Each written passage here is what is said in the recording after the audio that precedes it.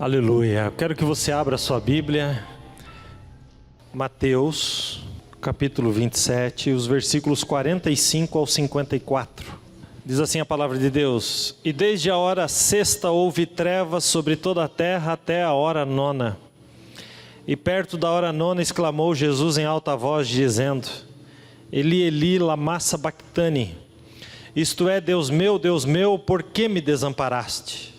E alguns dos que estavam ali, ouvindo isso, diziam: Este chama por Elias. E logo um deles, correndo, tomou uma esponja, embebedou em vinagre, e pondo-a numa cana, dava-lhe de beber. Os outros, porém, diziam: Deixa, vejamos se Elias vem livrá-lo. E Jesus, clamando outra vez com grande voz, rendeu o espírito. E eis que o véu do templo se rasgou em dois, de alto a baixo. E tremeu a terra, e fenderam-se as pedras, e abriram-se os sepulcros, e muitos corpos de santos que dormiam foram ressuscitados. E saindo dos sepulcros, depois da ressurreição dele, entraram na cidade santa e apareceram a muitos. E o centurião e os que com ele guardavam Jesus, vendo o terremoto e as coisas que haviam sucedido, tiveram um grande temor e disseram: verdadeiramente, este era o Filho de Deus. Amém. Pode tomar seu assento. Quando a gente olha para esse texto de relance assim, a gente vê um véu rasgado, o véu do templo. Mas se a gente começa a ler esse texto mais de uma vez, a gente percebe que não foi apenas um véu que foi rasgado, mas foram 3 véus que foram rasgados nesse texto.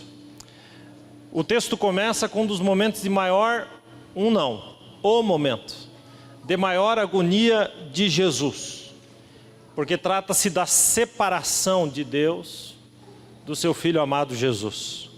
O versículo 46 que lemos diz: Eli, Eli, lama sabachthani, ou Deus meu, por que me desamparaste? Jesus na cruz teve o espírito golpeado. Jesus na cruz teve um grande sofrimento.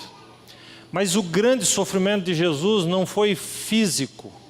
O maior sofrimento de Jesus foi a da separação que Jesus teve do Pai. Por que se deu isso? 2 Coríntios, Paulo vai dizer no capítulo 5, no versículo 21, ele diz: aquele que não conheceu o pecado, Jesus, ele se fez pecado por nós, para que nele nós fôssemos feitos justiça de Deus. Essa separação entre Deus Pai e Deus Filho acontece por causa do pecado que ele se fez por nós. Ele estava no nosso lugar. Deus nunca poderia lidar de forma leviana, de forma despretensiosa com o pecado. Era necessário que, uma vez que o homem cometeu o pecado, era necessário que a justiça, a santidade e a glória de Deus fossem satisfeitas. A satisfação da justiça, da santidade e da glória de Deus não poderia ser satisfeita à altura humana, mas deveria ser satisfeita na mesma altura de Deus. Logo, isso é impossível. É impossível. Por quê? Porque nenhum de nós, jamais, nenhuma criatura criada, jamais poderia satisfazer a justiça, a santidade e a glória de Deus na altura de Deus. Ninguém.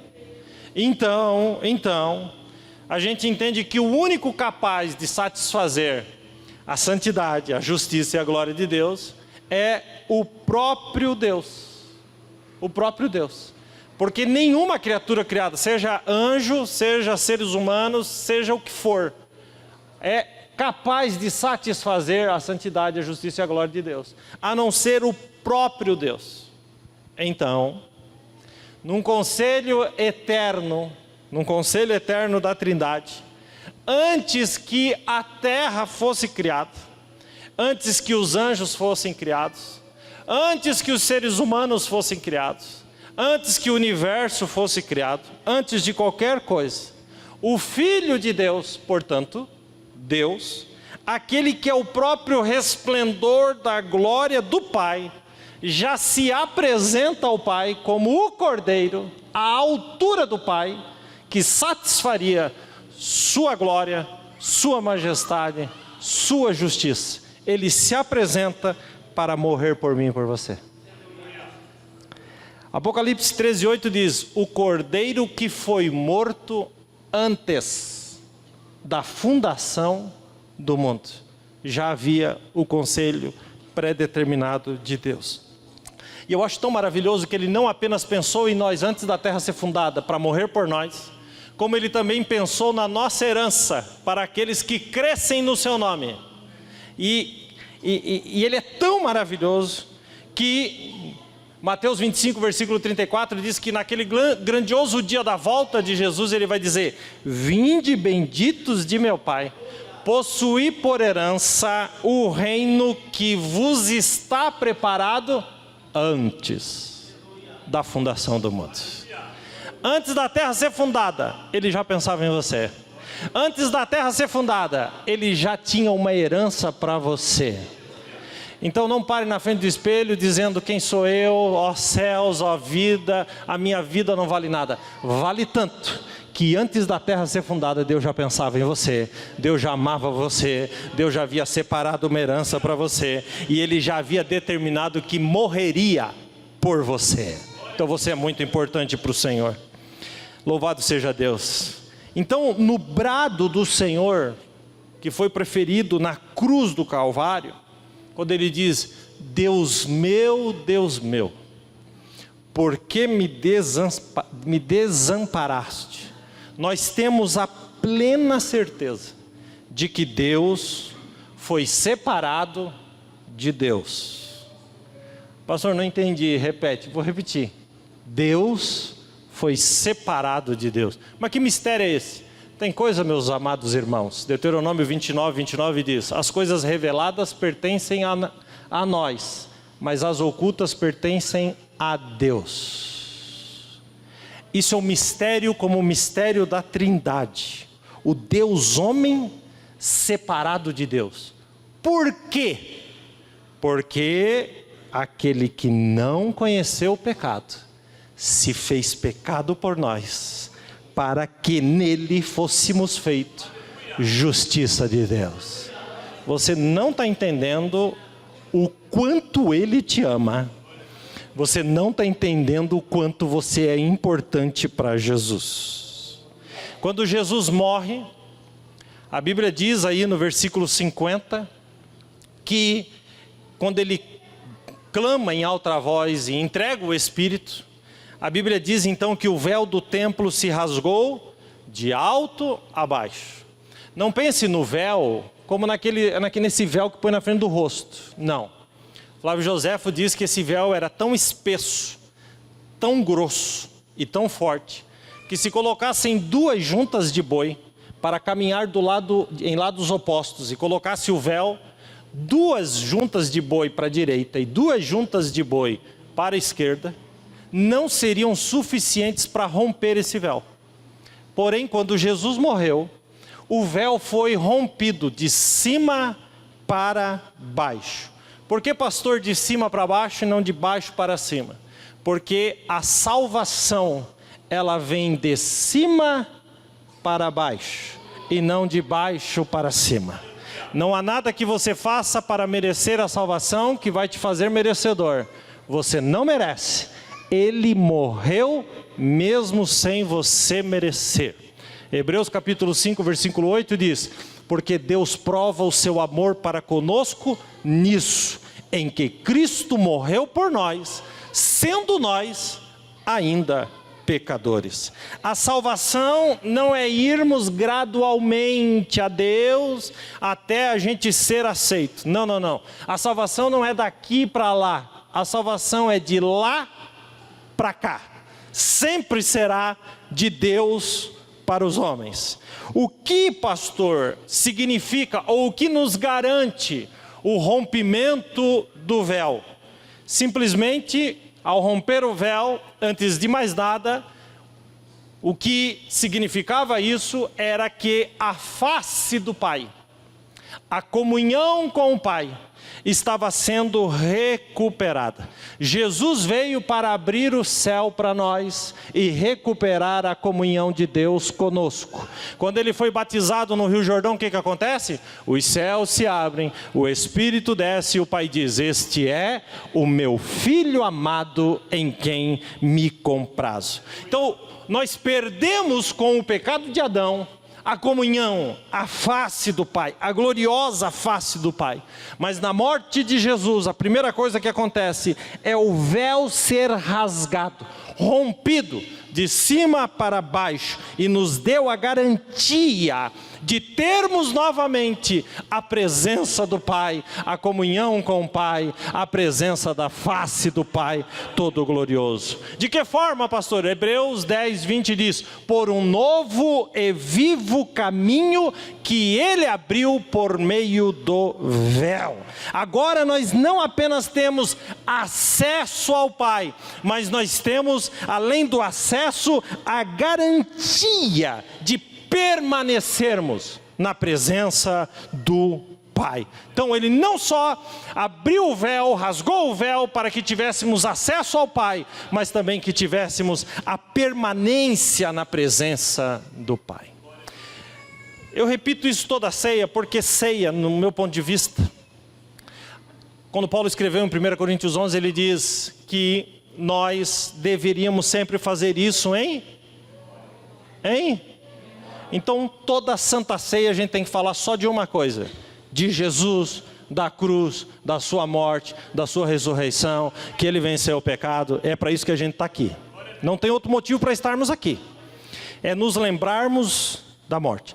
Jesus, na sua vida humana, ele podia perder qualquer coisa. Ele suportou a negação de Pedro, ele suportou a traição de Judas, ele suportou quando todos o deixaram. A única coisa que ele não suportava era a presença do Pai. Quando Jesus falou com os discípulos em João capítulo 16, versículo 32, ele diz assim: vós sereis dispersos cada um para a sua parte e me deixareis só, mas eu não estarei só, porque o Pai está comigo. Então ele tinha certeza que todos o podiam abandonar, mas ele sabia que um nunca o deixaria. Quem era? Deus. Então ele diz: com Deus eu posso tudo, com Deus eu estarei de pé. Porém, quando a cruz chega, o Pai o abandona, o Pai o desampara. Por quê? Porque aquele que não era pecado se fez pecado para que nele fôssemos feitos justiça de Deus. Por quê, pastor? Não entendi direito. Por sua causa, porque ele te amou e porque ele te ama. Ele assumiu aquilo que não era dele. Dele era a comunhão, nossa era a separação. Mas no romper do véu, ele recupera a nossa comunhão através da sua separação. A pergunta de Jesus: por que me desamparaste? Não é uma afronta, de jeito nenhum. Ele sabia para aquilo que ele veio. Aquilo ali era a dor, a agonia da separação. Ele sabia que ele tinha que morrer. Ele mesmo diz em João 12, 24: se o grão de trigo caindo em terra não morrer, fica ele só, mas se morrer, dará muitos frutos. Porém, mesmo sabendo que ele veio para esse momento, mesmo assim, isso não muda o fato dele estar agonizando a separação da cruz. Então deixa eu lhe dar um conselho nessa noite. Agradeça a Deus, porque o véu foi rasgado, e porque o véu foi rasgado, nós temos livre acesso à presença de Deus. Se você já sentiu a presença de Deus aqui nessa noite, é só por um motivo: Porque o véu foi rasgado através da cruz de Jesus. Quantos podem junto comigo levantar a mão e dizer: eu te agradeço, Jesus, nessa noite? Mas esse é o primeiro véu, o véu do templo. Jesus não rasgou apenas esse. Jesus nesse texto rasga o segundo véu, o véu da morte. Quando Jesus morreu, causou uma comoção no reino dos mortos. Irmãos, isso é um mistério. Por quê? Porque morreu o imortal. Morreu o imortal.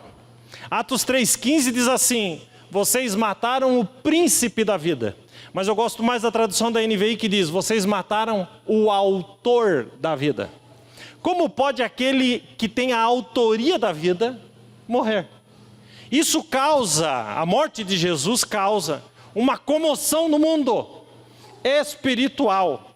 A morte de Jesus não foi o fim dele. A morte de Jesus foi o fim da própria morte para quem crer nele. Dá para você entender isso? O véu da morte foi rompido. Gente, isso é tão glorioso, que quando o véu da morte foi rompido, Jesus foi sepultado, Jesus morreu, foi sepultado. Eu não vou nem falar aqui dos 3 dias da morte, porque senão aí nós vamos ficar aqui até amanhã, porque aí dá vontade de comer esse copo, porque o que Jesus fez é maravilhoso. Mas ele morreu e ao terceiro dia ele... Quando ele ressuscitou com tanto poder, que um monte de gente ressuscitou junto.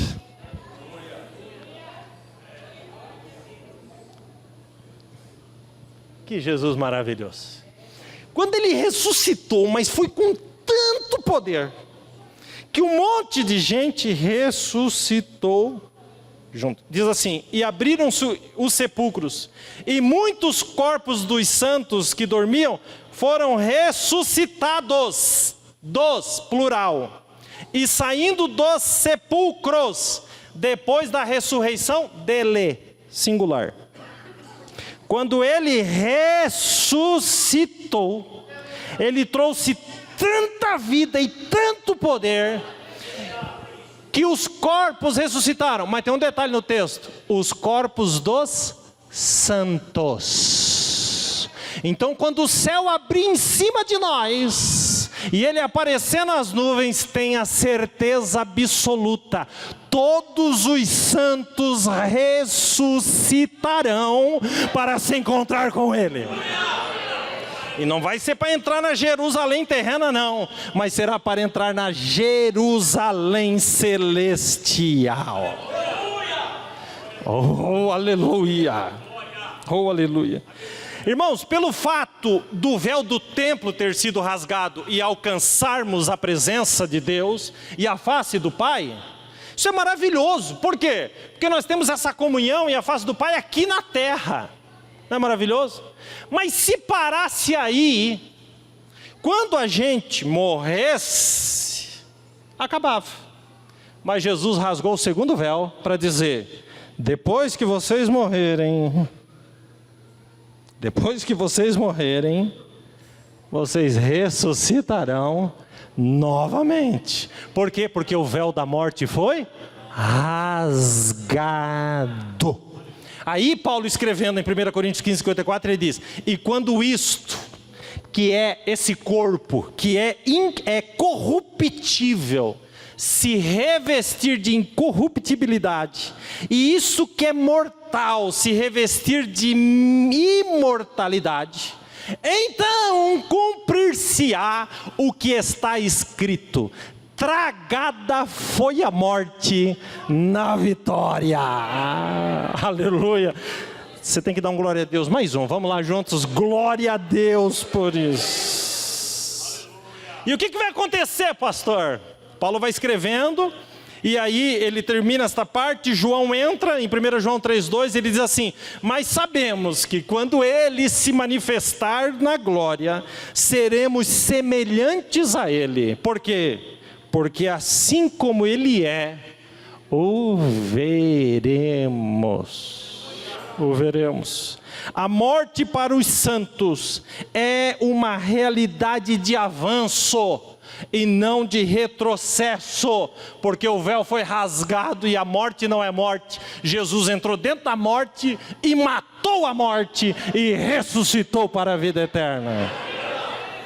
Por isso que o salmista no Salmo 116:15 ele diz: preciosa é à vista do Senhor a morte dos seus santos. Quer ressuscitar? Seja santo em toda a vossa maneira de viver, e naquele grande dia você ressuscitará, entrará na Jerusalém celestial e verá o nosso Deus como Ele é. Por isso que Paulo escreveu: para mim o viver é Cristo e o morrer é ganho. Por isso que Paulo escrevendo aos Filipenses no 1:23, ele diz: tendo desejo de estar com Cristo, porque isto é incomparavelmente melhor. Quantos querem se encontrar com Jesus? Diga glória a Deus. O véu do templo foi rasgado e tivemos acesso à comunhão. O véu da morte foi rasgado e tivemos acesso à ressurreição.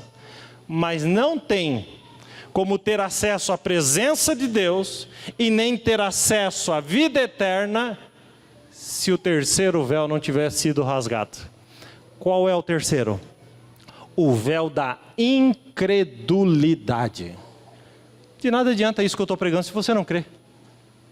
Inclusive Paulo escrevendo sobre isso, ele diz que a palavra da cruz é loucura para os que perecem, mas para os que creem, mas para nós que cremos é a vida eterna.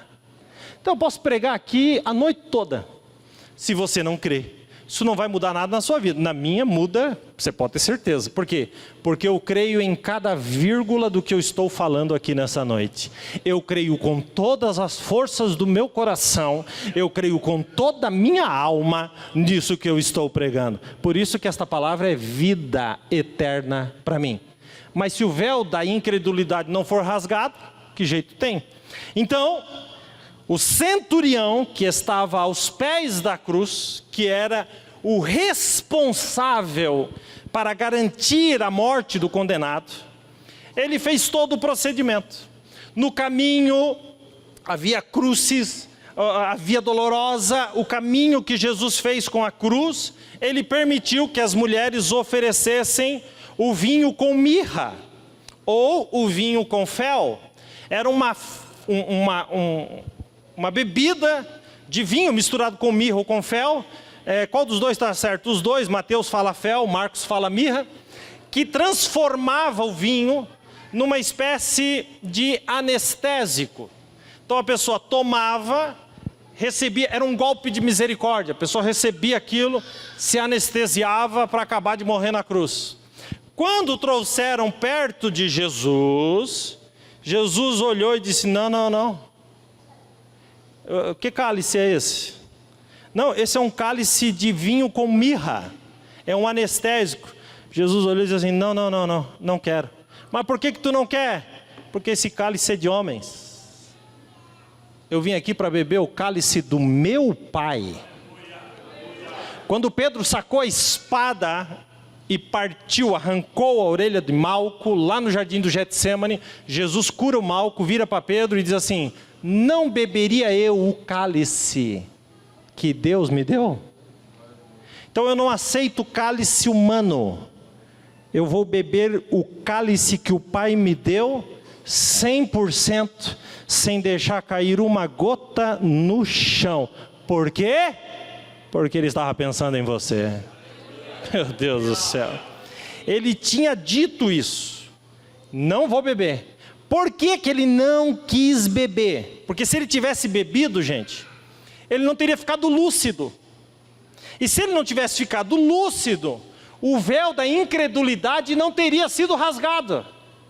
Olha como Deus faz. Tem coisas que você passa na sua vida, que você tem que passar, para você entender que coisas são rasgadas, o seu destino é rasgado, o seu futuro é rasgado na sua frente, se abre na sua frente quando você passa o que você tem que passar. Então faça como Jesus, não reclame do que você está passando, mas saiba que isso é um avanço para a sua vida, porque Deus tem coisa gloriosa para fazer na sua casa, na sua família, na sua vida.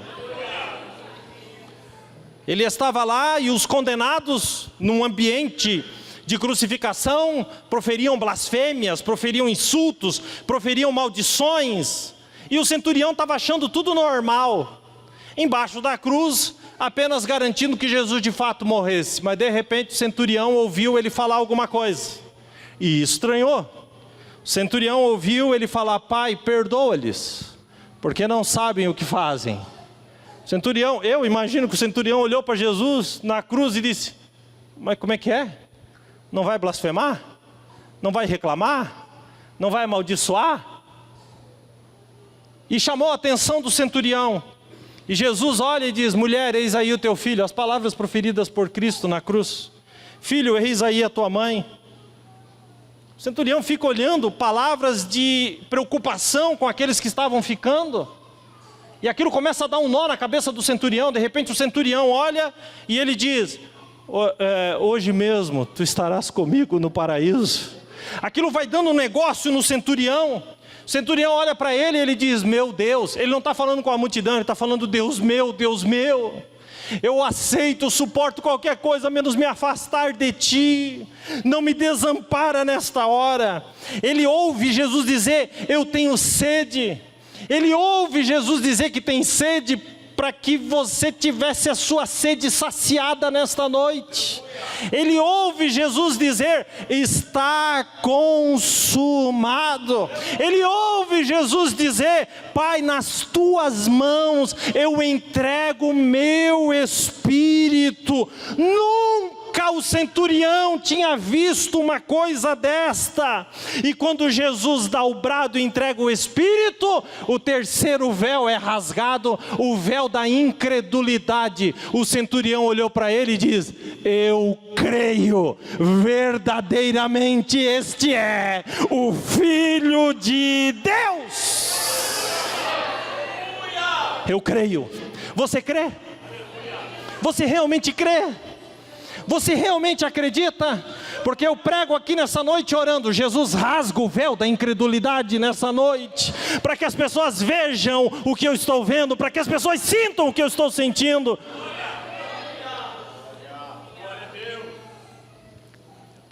Esse centurião, lá em Israel tem a história dele. A história diz que esse centurião se chamava Longinos. O centurião chega na guarda romana e diz: fui. Mas você vai para onde? Eu vou pregar Jesus, eu vou falar de Jesus, eu creio em Jesus. E sabe o que ele se transformou? No bispo, no pastor da Capadócia. Ele entregou a sua vida. Por quê, gente? Porque o véu da incredulidade foi rasgada. A morte de Jesus rasgou 3 véus. A face do Pai não era nossa, era do Filho. Mas na morte de Jesus, Ele conquistou a face do Pai para nós. A morte de Jesus rasgou o véu da morte humana, e hoje nós temos acesso à vida eterna. E o véu da incredulidade foi rasgado, senão a gente não cria nos 2 primeiros. Quantos podem dar glória a Deus por isso? Por isso que nós cremos. 2000 anos se passaram. 2000 anos se passaram. E hoje nós celebramos aqui, nessa mesa, o valor, a eficácia, a profundidade da morte desse Jesus que morreu por mim e que morreu por você. Diante dessa realidade, os véus que foram rasgados, o véu da face do Pai, o véu da morte e o véu da incredulidade, acontece algo glorioso. Já aconteceu comigo. Não sei se aconteceu contigo. Bom, eu vou ler aqui o que aconteceu comigo, em Mateus 4:16, e daí você vê se aconteceu com você. O povo, eu estou dentro. O povo que estava assentado em trevas viu uma grande luz. E aos que estavam assentados na região da sombra da morte, a luz raiou. A luz raiou na minha vida, eu saí das trevas e hoje eu vivo na sua maravilhosa luz. Quem está na luz comigo, diga glória a Deus. Hoje, diante da mesa do Senhor, que para muitos não significam absolutamente nada. Irmão, um culto como esse, toda pessoa que entrasse num culto como esse, deveria se arrepender profundamente das misérias dos seus pecados, da sua arrogância humana, da sua soberba humana, e se lançar nos pés desse Jesus. Isso é uma resposta mínima para um negócio desse. Mas para mim, isso aqui, que para muitos não significa nada, para mim significa tudo. Por quê? Porque me faz lembrar do Cordeiro que rasgou tudo, inclusive Ele próprio, para que eu tivesse acesso ao Pai. Então isso aqui para mim significa muito. Isso aqui para mim é santo. Cabe a nós nos aproximarmos dessa mesa com as mãos lavadas na inocência. Como está a sua consciência? Inocente? Como está a sua vida? Você está lavado na inocência? Diante dessa mesa aqui, o foco não é o eu. Eu sou, eu posso, eu quero, eu não quero, eu realizo, eu. Tira o eu, menos, baixa a bola, menos. Diante da mesa não é o eu que entra, diante da mesa o foco é, tu és. Por isso que tem gente que ceia com foco em si mesmo. Eu vou dizer uma coisa para vocês, se eu pegar os elementos da ceia e ceiar pensando no eu, nós somos cheios de falhas, cheios de erros. A gente passa por situações que Deus prepara para que a gente seja a luz e a gente não é. Então se eu me aproximo dessa mesa pensando em mim, acabou. Então eu vou comer o pão assim, botar na boca e vou mastigar de qualquer jeito, como se nem pensar, né? Tô aqui mesmo, vamos comer esse negócio aí. Vamos tomar esse cálicezinho. É capaz de alguém pensar, poxa, esse cálice podia ser maior, né? Porque daí a gente já tomava um golaço. O pão podia passar na manteiga, na margarina. Você não entendeu nada o que é isso aqui. Porque o foco disso aqui não é você. O foco disso aqui não é você e o foco disso aqui não é você. 3 vezes para fixar bem. O foco disso aqui não é você, o foco disso aqui não é você. O foco disso aqui é Jesus Cristo de Nazaré, aquele que era, o que é e o que há de vir. Então quando a gente se aproxima diante da mesa, tenta fazer essa experiência hoje. Quando você tiver, na hora que nós começarmos a celebração da ceia, faça esse teste e comece. Senhor, Tu és o Cordeiro. Senhor, Tu és a segurança. Senhor, Tu és a garantia. Senhor, Tu és a paz. Senhor, Tu és a luz do mundo. Senhor, Tu és o bom pastor. Senhor, Tu és a videira verdadeira. Senhor, Tu és o caminho. Senhor, Tu és o Pai. Senhor, Tu és a vida. Senhor, Tu és a ressurreição. Senhor, Tu és a verdade. Senhor, Tu és o alfa. Senhor, Tu és o ômega. Senhor, Tu és o primeiro. Senhor, Tu és o último. Senhor, Tu és a raiz de Davi. Senhor, Tu és o tronco de Jessé. Senhor, Tu és a rosa de Saron. Senhor, Tu és o lírio dos vales. Senhor, Tu és a resplandecente estrela da manhã. Senhor, Tu é aquele que rasgou os 3 véus e só por causa disso eu estou aqui nessa noite. Tu és. Então para de cantar grandioso és tu na frente do espelho olhando para você, porque você não é grande. Quem é grande é Ele. Ele é, Ele é, Ele é, e Ele é, e Ele é. Oh, aleluia, glorificado seja o santo nome do Senhor. Quero que você fique de pé. E eu quero que você curve a sua cabeça já de pé. E eu quero te dar pelo menos 1 minuto para você dizer o que Ele é para ti. E você vai começar a perceber como muda totalmente o sentido desse culto. Curve a sua cabeça e comece a dizer: Senhor, Tu és. O que Ele é para ti, diga para Ele. Esse momento é um momento de profunda reflexão. Se você soubesse o peso, o valor que tem isso. Pastor, eu fiquei meio sem palavras, então disse: Senhor, Tu és aquele que rompeu o véu para que eu tivesse comunhão com Deus.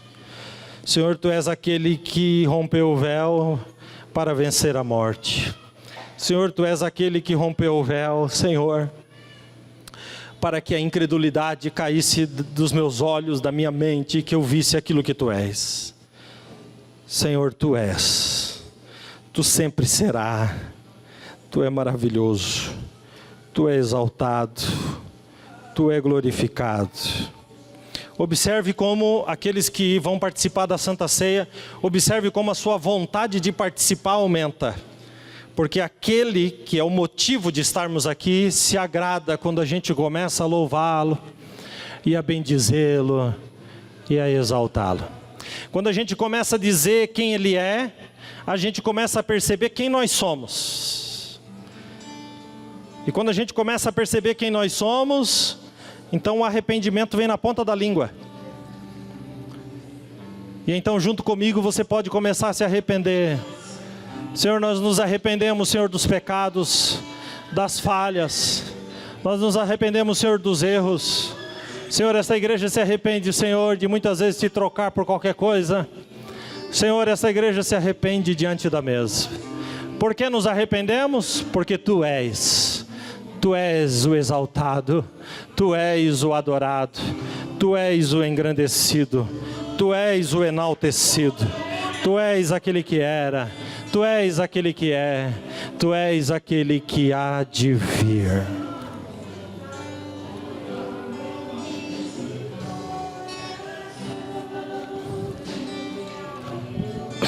Ele restaurou a comunhão.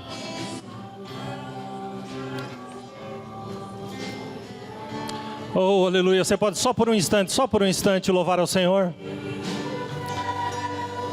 Aquele que é digno de todas as coisas. Tu és digno, Senhor.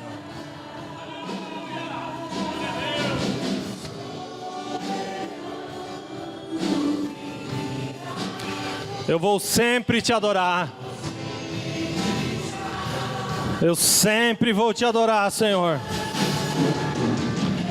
Levante a sua mão. Oh, adore esse Jesus só por um instante.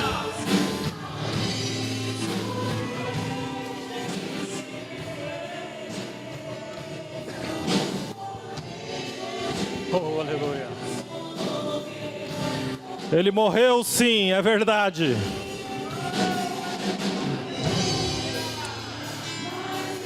Oh, mas Ele ressuscitou. Oh, digno é o Senhor. Digno é o Senhor. Eu quero fazer uma oração. Essa oração é a oração da autoanálise. É nesses momentos, ou é nesse momento, que Paulo escrevendo diz: examine-se o homem a si mesmo. Esse é um momento muito especial, muito importante. E eu gostaria que você fizesse essa oração comigo. Mas pastor, eu preciso resolver algumas coisas, eu preciso... Não. Você pode se arrepender agora, isso é mentira do diabo. Talvez você tenha entrado aqui com o coração tão angustiado, tão triste, cheio de perguntas. Por quê, Senhor? Por quê? O Senhor fala contigo nessa noite, Ele te ama. Tudo isso que eu preguei nessa noite Ele fez por ti amar. Existe alguém aqui que quer vir aqui à frente e receber essa oração? Pastor, eu preciso dessa oração, pastor. Eu preciso ter uma comunhão mais profunda com esse Deus. Meu coração está cheio de coisas, eu preciso. Existe alguém? Eu quero que você venha aqui à frente bem rapidinho. Aleluia. Olha que coisa maravilhosa. Olha que coisa maravilhosa. Deus abençoe. Aleluia. Aleluia. Aleluia. Aleluia. O que é aqui? É um amigo meu. Sua família. É minha filha. Deus abençoe. Sua cunhada, Deus abençoe. Deus abençoe.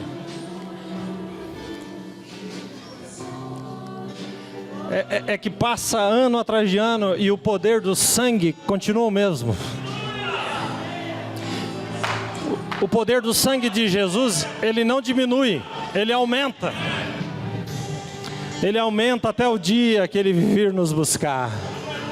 Pessoas estão entregando as suas vidas para Jesus aqui. Mas alguém quer uma oração nessa noite? Uma oração específica? Isso, filho. Deus abençoe. Alguém me ajuda aqui. Deus abençoe. Mais alguém? Mais alguém? Alguém aqui desse lado precisa de uma oração? Deixa eu falar uma coisa para você. Essa noite é uma noite de concerto. Essa noite é uma noite de nova aliança.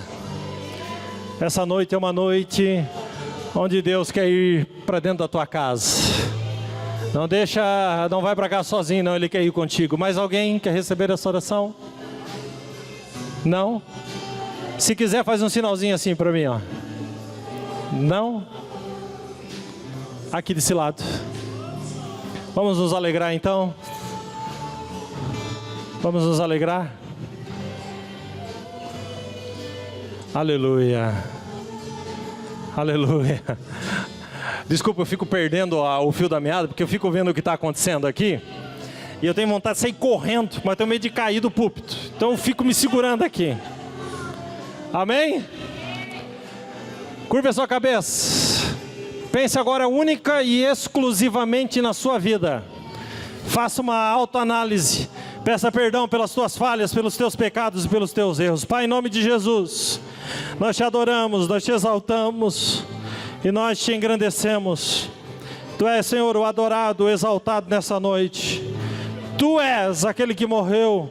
Tu és aquele que rasgou o véu e nos deu livre acesso ao Pai. Tu és aquele que rasgou o véu da morte, porque Tu é a ressurreição e a vida.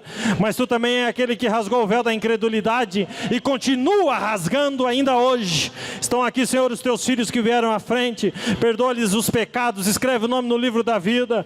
E que sejam, Senhor, bênção na Tua casa para a glória do Teu nome. Também, Senhor, agora ouve a oração do Teu povo.